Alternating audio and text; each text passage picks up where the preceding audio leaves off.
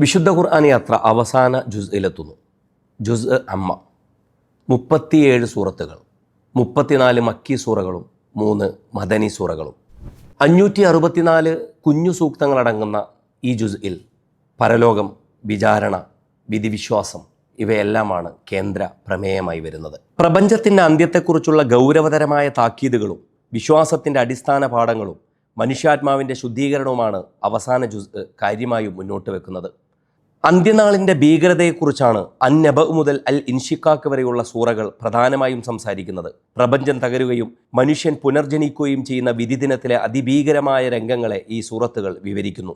ആകാശങ്ങൾ പിളരുന്നതും നക്ഷത്രങ്ങൾ ഉതിർന്നു വീഴുന്നതും പർവ്വതങ്ങൾ പറപറക്കുന്നതും മനുഷ്യൻ തൻ്റെ കർമ്മരേഖയുമായി നിൽക്കുന്നതുമായ രംഗങ്ങൾ ഈ സൂറകളിൽ ദൃശ്യാവിഷ്കരിക്കപ്പെടുന്നു. അൽ ബുറൂജ് മുതൽ അൽ ഫജർ വരെയുള്ള സൂറകളിൽ വിശ്വാസ ദൃഢതയെക്കുറിച്ചുള്ള പാഠങ്ങളാണ് പഠിപ്പിക്കപ്പെടുന്നത്.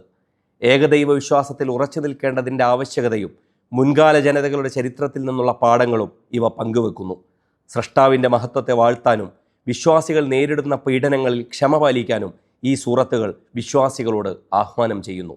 അൽ മുത്തഫിഫീൻ മുതൽ അൽ ഖദർ വരെയുള്ള സൂറകൾ സ്വഭാവ വിശുദ്ധിയിലും സംസ്കരണത്തിലുമാണ് കേന്ദ്രീകരിക്കുന്നത്. അളവിലും തൂക്കത്തിലും കൃത്യത പാലിക്കുക, അനാഥകളെയും അഗതികളെയും ചേർത്തുപിടിക്കുക തുടങ്ങുന്ന ഉപദേശങ്ങളുള്ളതോടൊപ്പം വിശ്വാസികൾക്ക് ആദ്യമായി ഇറങ്ങുന്ന വെളിപാടിൻ്റെ ഇഖ്റഇൻ്റെ വചനങ്ങൾ വരുന്നത് ഈ സൂറകളിലാണ്. അതോടൊപ്പം ലൈലത്തുൽ ഖദറിനെ കുറിച്ചുള്ള പരാമർശവും സൂറത്തുൽ ഖദറിലാണുള്ളത്. മനുഷ്യജീവിതത്തിൻ്റെ നശ്വരതയെക്കുറിച്ചാണ് അൽ ബയ്യിന മുതൽ അൽ ഹുമസ വരെയുള്ള സൂറകൾ പ്രത്യേകമായും സംസാരിക്കുന്നത്.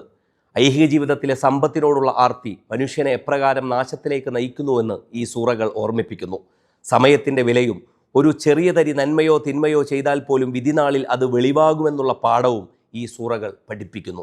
ഈ ജുസ്ഇലെ അവസാന 10 സൂറകൾ, സൂറത്തുൽ ഫീൽ മുതൽ സൂറത്തുൽ നാസ് വരെയുള്ള സൂറകൾ അള്ളാഹുവിൻ്റെ വിശ്വാസികൾക്കുള്ള സംരക്ഷണത്തെക്കുറിച്ചും അള്ളാഹുവിൻ്റെ ഏകത്വത്തെക്കുറിച്ചും അവനിലേക്ക് അടുക്കേണ്ടതിൻ്റെ പ്രാധാന്യത്തെക്കുറിച്ചുമാണ് സൂചിപ്പിക്കുന്നത്.